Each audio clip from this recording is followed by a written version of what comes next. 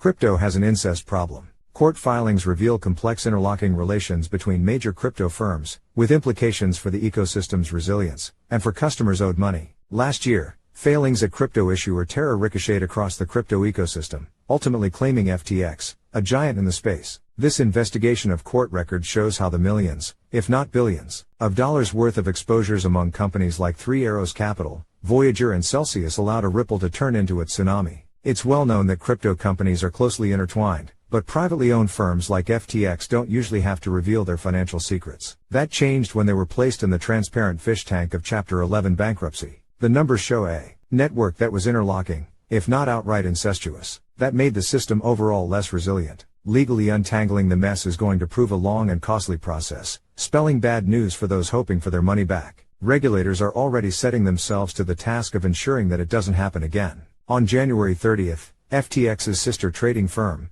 Alameda Research, sought to regain around $446 million it had transferred to bankrupt lender Voyager Digital. Voyager and its creditors declined, saying Alameda's inequitable and fraudulent conduct had cost them over $114 million. But that's just the start of the mapping of finances among crypto companies, including hedge fund Three Arrows Capital, 3AC, Genesis, and lenders Celsius and BlockFi, that are now undergoing bankruptcy proceedings. Genesis, like CoinDesk, is a subsidiary of Digital Currency Group. 3AC contagion begins. After the Terra USD stablecoin and Luna token collapsed, 3AC suffered some $200 million in losses, and was the first casualty heralding a new crypto winter, a collapse that made further waves. Voyager, which filed for bankruptcy on July 5, reported a $654 million loan to 3AC which accounted for a massive 57.8% of its loan portfolio. The bankruptcy filing of Genesis Global Holdco included its Asia-Pacific unit, which said it had lent $2.4 billion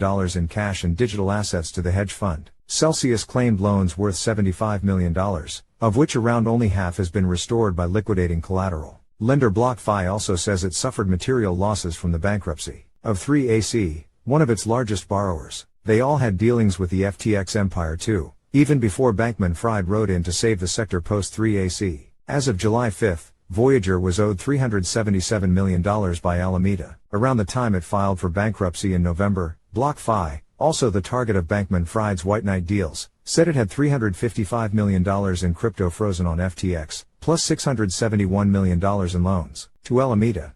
Celsius too had an FTX exposure of billions. According to an examiner's report, as of April, the lender had borrowed $1.5 billion in stablecoins from FTX and had over $2.5 billion in assets on the platform. Alameda also posted around $520 million of FTX's native token FTT to Celsius, which was intended to collateralize $814 million in loans, but whose value collapsed when the exchange did.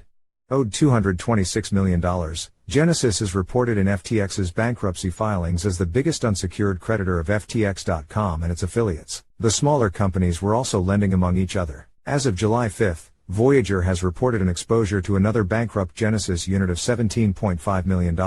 Celsius has also sought to claw back $7.7 million it transferred to Voyager in the 3-month window, before it itself collapsed on July 13. All that money lay on unsteady foundations, thanks to FTX's own murky relationship with Alameda. In November, CoinDesk revealed a blurring between the supposedly separate entities, and regulators have since alleged special lines of credit and inappropriate access to customer funds. Meanwhile, 56 million shares in Robinhood, purchased by FTX founders Sam Bankman-Fried and Gary Wang using a loan from Alameda, are now sitting in Emergent Fidelity, a shell company created specifically for the purpose, which has filed for bankruptcy in Antigua and the U.S. Around $600 million worth of the assets are now caught in a complex legal tussle between liquidators, the Department of Justice, FTX and BlockFi. So what? Regulators care about this kind of interconnectivity in finance, because it makes the overall system less resilient and reliable. In 2008, the failure of Lehman Brothers spread across the world, thanks to complex and opaque transactions. Standard setters now measure interconnectedness to determine if a bank is too big to fail, too many assets and liabilities within the financial system, and you have to issue extra capital. For the time being, crypto contagion hasn't spread further. With a few exceptions, such as Silvergate Capital, the sector is pretty well walled off from conventional finance. But the pattern is being used to justify regulation. The crypto asset market is highly interconnected, which may lead to rapid contagion and the spread of stress among crypto asset market participants. International standard setter the Financial Stability Board said in an October consultation, in which it proposed sweeping new standards for the sector. Banks have tough laws on ownership, capital requirements and reuse of funds. Crypto companies, at most, self-imposed norms that appear to be frequently broken. Celsius breached its own credit limits with major clients such as 3AC and Alameda, according to a court-appointed examiner. Bankman-Fried's declaration that FTX didn't invest customer funds now doesn't seem credible. Alameda itself was able to borrow from FTX well beyond FTX's limit for clients.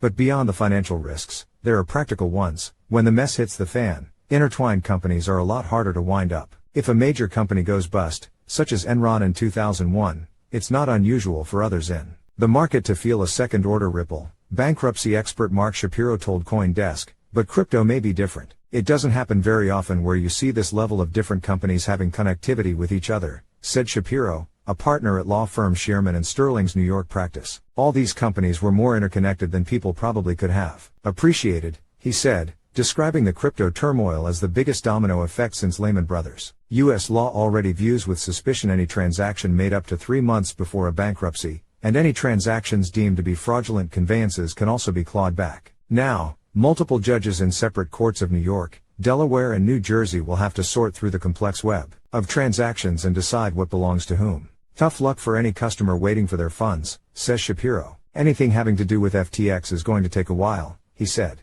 Victims of Bernie Madoff's Ponzi scheme had to wait around a decade for resolution. This could be similar. Infographic by Sage D. Young.